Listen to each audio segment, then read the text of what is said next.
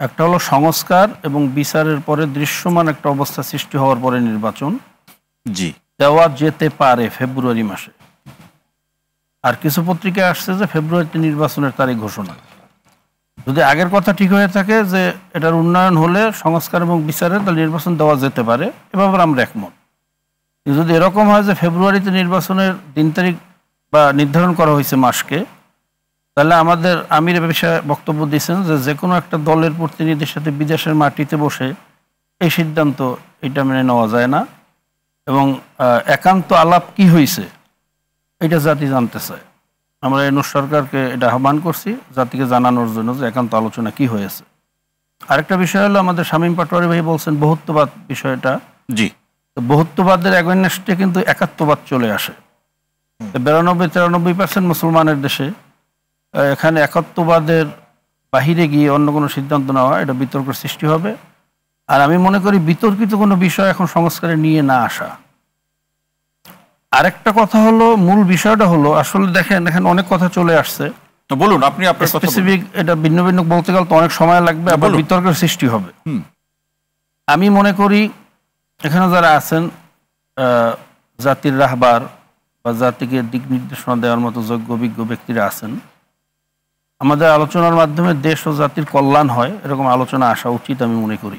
জি, এখানে আমি দেখতেছি অধিকাংশই আলোচনার মধ্যে যার যার দলের পক্ষে আমরা টানতেছি, সেটা ভুল হোক বা সঠিক হোক। আমার তো মনে হয় আপনি তো আপনার দলের কথা আমার আমি দেশ ও জাতির কল্যাণে যে কাজ যেটা প্রযোজ্য আমি সেরকম কথা বলার চেষ্টা করতেছি। আমি মনে করি দেশ ও জাতির কল্যাণে আমাদের একমত হওয়া উচিত। বিগত দিনে যে সিস্টেমটা ফেল করছে বারবার 54 বছরে, আমরা সেই সিস্টেমে ফিরে যেতে চাই, কারণটা কি? এটা আমার প্রশ্ন। এটা সবার কাছে প্রশ্ন, এখানে যারা আলোচকরা আছেন জাতির কাছে প্রশ্ন। পৃথিবীর 91টা দেশে প্রায় পিআর সিস্টেমের নির্বাচন চলতেছে। এই সিস্টেমে আসতে অসুবিধা কোথায়? এবং এই সিস্টেমের মাধ্যমে ফ্যাসিবাদ মুক্ত হওয়ার অনেক যৌক্তিক কারণ আছে। পেশি শক্তি ব্যবহার, এক একজন যে এলাকায় দানব সৃষ্টি হয়, এই দানবীয় এক একজন লিডারদের মাধ্যমে কোনোদিন সমাজে শান্তির আশা করা যায় না। তো আমি মনে করি আসলে সংস্কার বলেন, সংশোধন বলেন বা আপনার সংবিধান পরিবর্তন বলেন, ডাক্তারের অস্ত্র এবং ডাকাইতের অস্ত্র দুটোটাই কিন্তু অস্ত্র যখন ডাকাইতের হাতে পড়ে মানুষের জীবন শেষ হয়ে যায়, আর যখন ডাক্তারের হাতে থাকে তখন মানুষের জীবন বেঁচে যায়। সংবিধান বলেন, সংস্কার বলেন বা নীতিমালা বলেন, এটা একটা অস্ত্র, একটা শক্তি। এই শক্তিটা যদি কোনো ভালো মানুষের হাতে থাকে তখন জাতির উপকার হবে।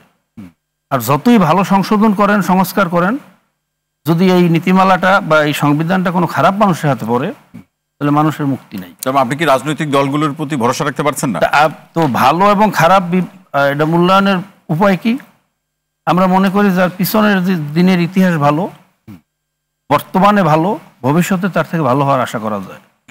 যার বিগত দিনের ইতিহাস বাটপারি, চাঁদাবাজি, দেশের টাকা বিদেশে পাচার করা, পেশি শক্তি ব্যবহার করা, বর্তমানেও তাও করতেছে, ভবিষ্যতেও সে এটা করবে, এইটি মনে করতে হবে।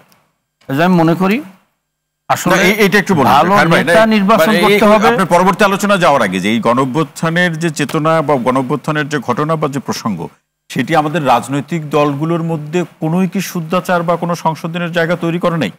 মানে আপনার দৃষ্টিতে কি বলে, কোনো তৈরি হয় নাই? কোনোই হয় না, আমি এরকম বলবো না। আচ্ছা, কিন্তু আমরা কি দেখতে পাচ্ছি?